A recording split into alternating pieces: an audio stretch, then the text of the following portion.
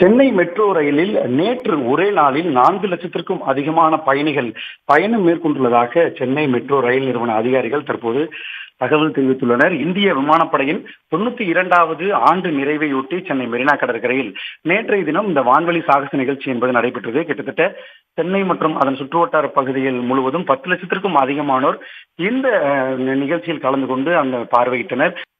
ஞாயிற்றுக்கிழமைகளில் 7 மற்றும் 10 நிமிட இடைவெளியில் ரயில்களை இயக்கி வந்த நிலையில் கட்டுக்கடங்காத கூட்டத்திற்காக நேற்று 3 நிமிடத்திற்கு ஒரு ரயில் என வழக்கமான, அதாவது வார நாட்களில் இயங்கக்கூடிய அந்த ரயிலை இயக்கியது. இந்நிலையில் நேற்று ஒரே நாளில் மட்டும் 4,00,000க்கும் அதிகமானோர் மெட்ரோ ரயிலில் பயணம் செய்திருப்பதாக தற்பொழுது அதிகாரிகள் தகவல் தெரிவித்திருக்கிறார்கள். வழக்கமாக ஞாயிற்றுக்கிழமை அன்று 1,70,000 பேர் மட்டுமே மெட்ரோ ரயிலை பயன்படுத்தி வரும் நிலையில் தற்பொழுது நேற்று ஒரே நாளில் 4,00,000க்கும் அதிகமானோர் இந்த மெட்ரோ ரயிலை பயணம் செய்திருப்பதாக தகவல் வெளியாகியிருக்கிறது.